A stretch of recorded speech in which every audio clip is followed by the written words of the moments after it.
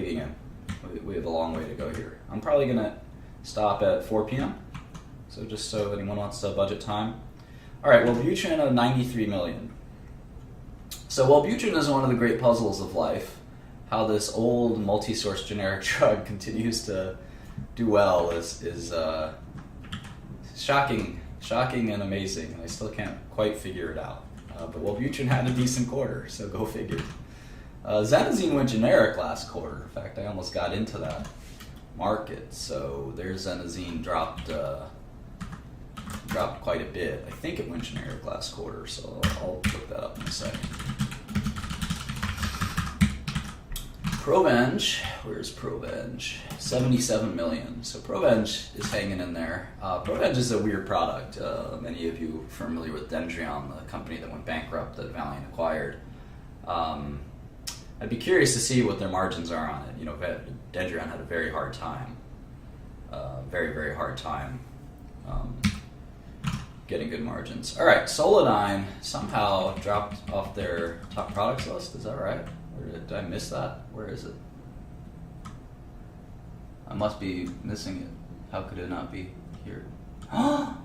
26 million. What? 54, 61, 57, 65, 66, 26? Is Wayne Brady? No, I'm kidding. I don't know if you know that Dave Chappelle skit with Wayne Brady, but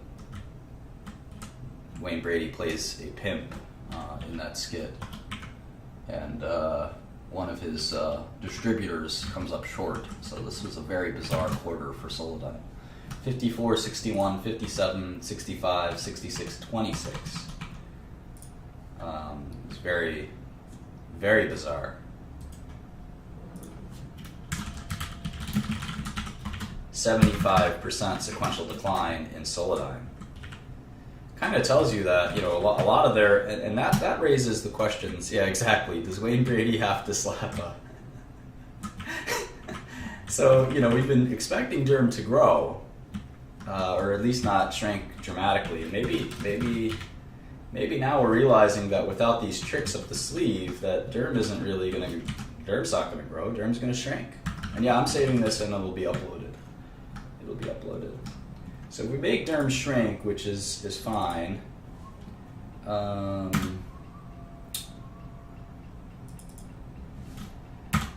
let's sort of fix the Solidyne. Well, we have Solidyne kind of disappearing anyway, so that's fine. What are the other Derm franchise? Elidel. I gotta analyze Elidel. I don't know what the situation with Elidel too well. It's a pretty good product. Retin-A though, that's one that is multi-source and should drop pretty dramatically. I've looked at that market a little bit. Carac and Ziana are kind of similar.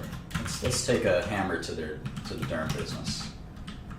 The idea that the Derm business was sexy is kind of been propagated by Valeant. May not really be the case. So let's be nice and aggressive here. Tacrolimus is a bit different. Maybe I'll just have it drop 2% a year or something.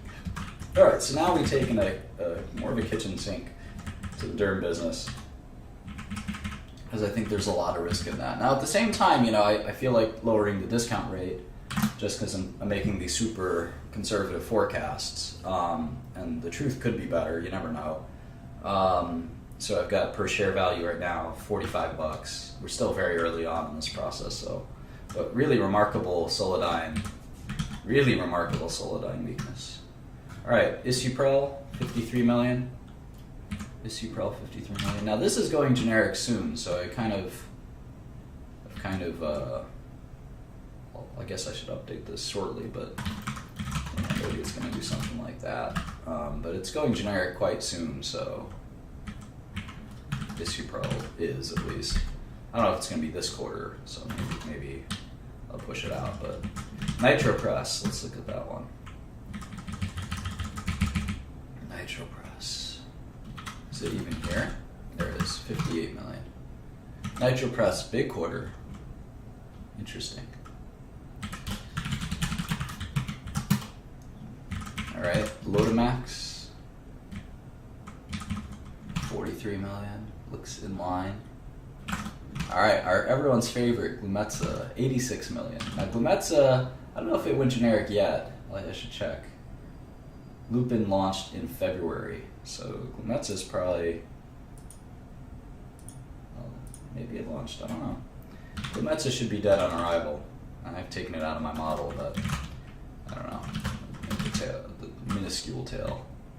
Alright, Aprizo. 31 million. Okay. Looks similar to last quarter. Karak. 21 million. That's pretty soft. Huh. Alright, Ziana. Wow. Ziana's they're not even reporting it. Let's see how small. The smallest drug they're reporting is 20 million. So it was sub 20 million for Ziana. So, I don't know, maybe the best possible thing was it was 19, but that's sort of a declining drug at this point. Very weird. A lot of weirdness here. Ofloxacin, also not reported anymore.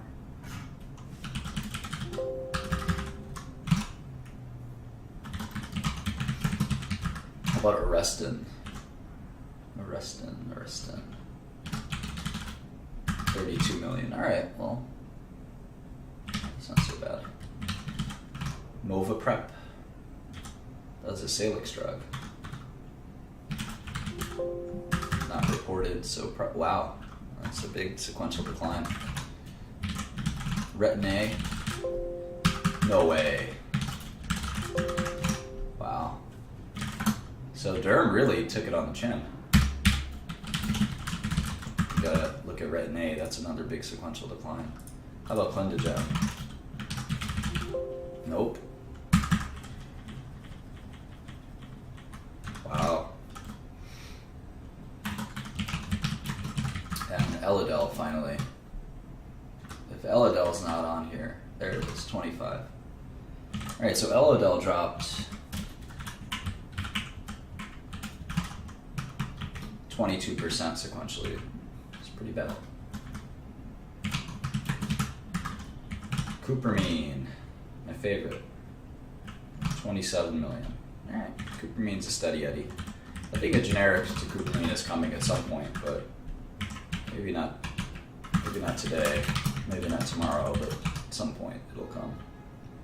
How about Uceris? That's supposed to be their big growth brand. Uceris.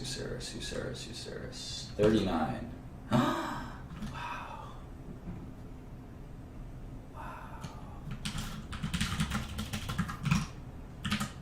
Holy smokes. We were forecasting 71. Again, in the launch, this is this bizarre behavior that very new launch. Alright, wow. Okay, let's see what IMS had for US Pharma. Kind of curious. So let's see, we just did 2.248 versus 2.146. Okay.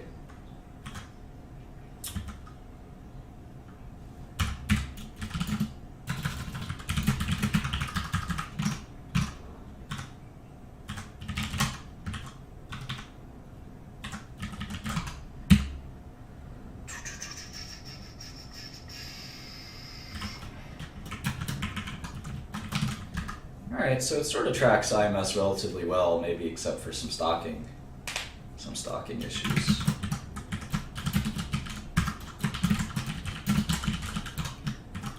Alright, so obviously I think the Q1 guidance was the shock for everyone, right? They're saying revenue of from 2.8 to 3.1 to 2.3 to 2.4.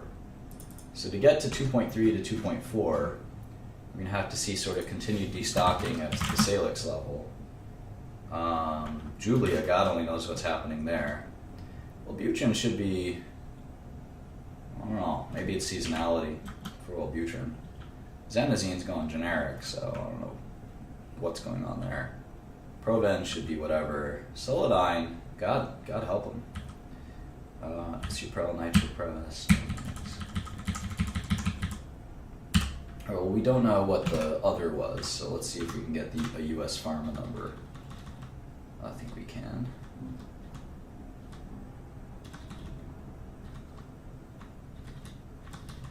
Let's go to the quarterly report. Product sales. I wonder if did they give up on segment reporting this quarter. That would be alarming if they decided to do that. No, they didn't. Okay, good. So, U.S. Pharma, 1.9 billion. And that's roughly what we got here. We got to make some small nips and tucks, I think, but that's probably about right. Okay. In fact, we can calculate the other.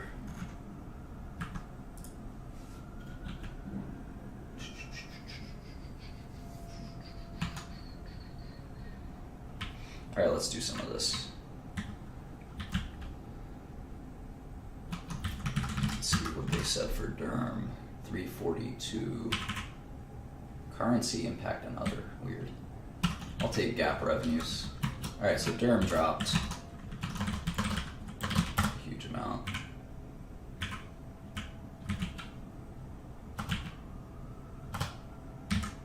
How about consumer?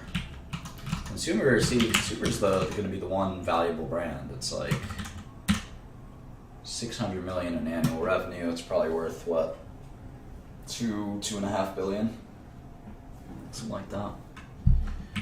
Let's see, ophthalmology, RX. That was the Bausch & Lomb pharma business. That's probably still worth something. Contact lenses, surgical. These are all surgical. Actually grew quite nicely. Neuro and other, 557.5. That seems off. We'll keep looking. So maybe all the weakness came from derm and GI.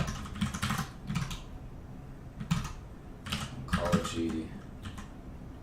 Oncology is just programs, right?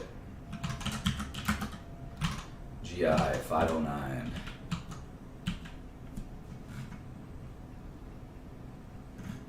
Weird. Other GI.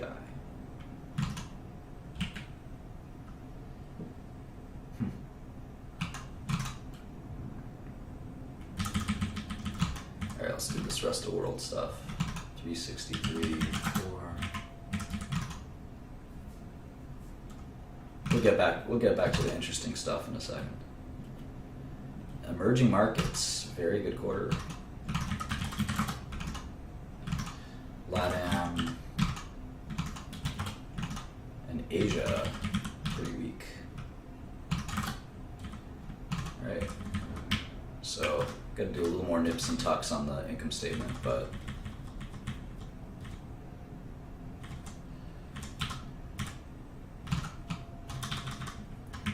so let's see if we can get to their guidance of 2.3 to 2.4.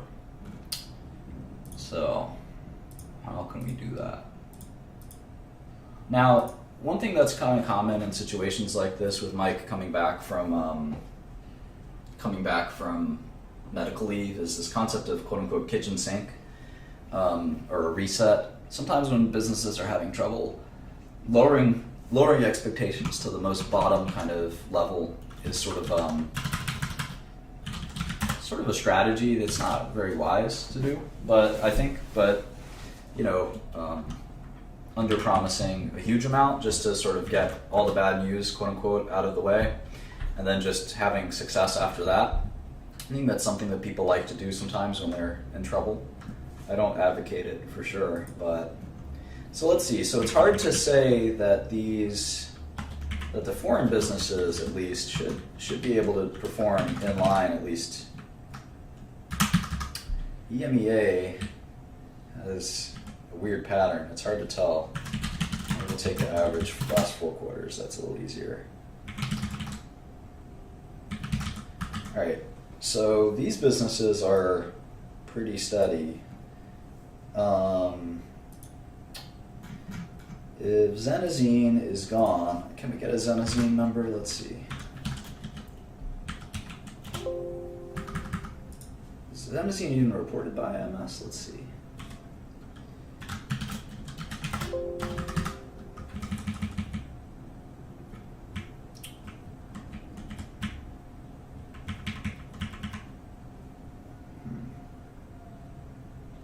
It's weird because if you look at first month over first month of quarter, you actually have 17% sequential growth.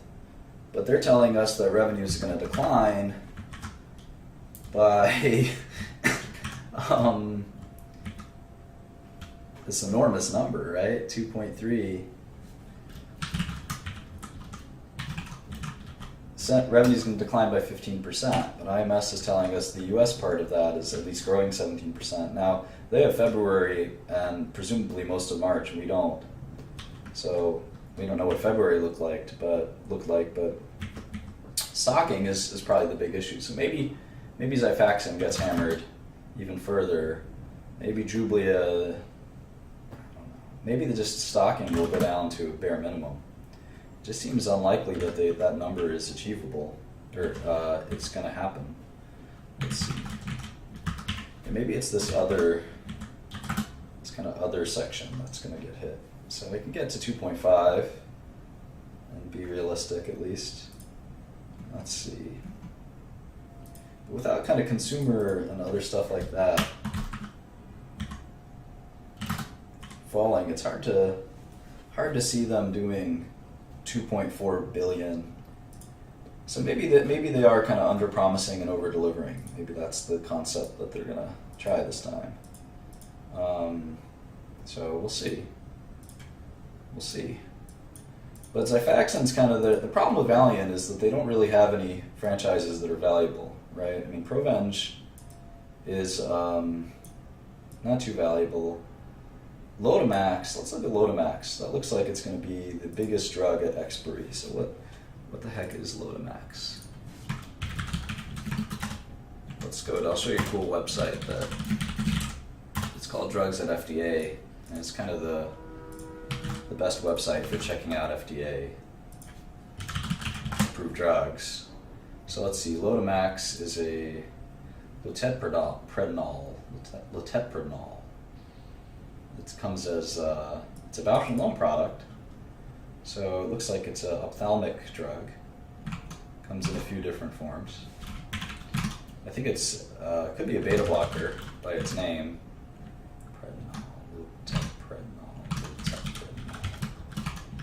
Loteprednol. All right, let's see if there's a website.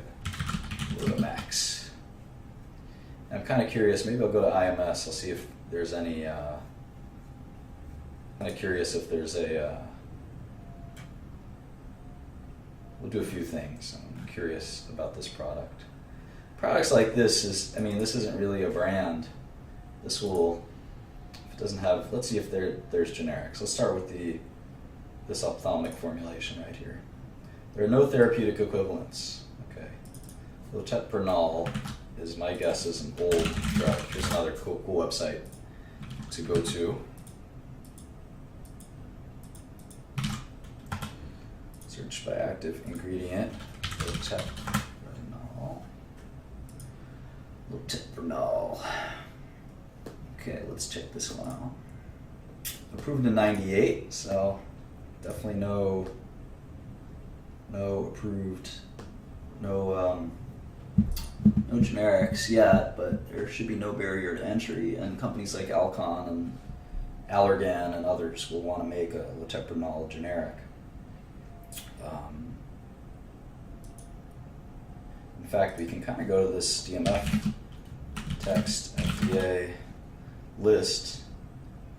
Let's go here. Loteprednol. All right.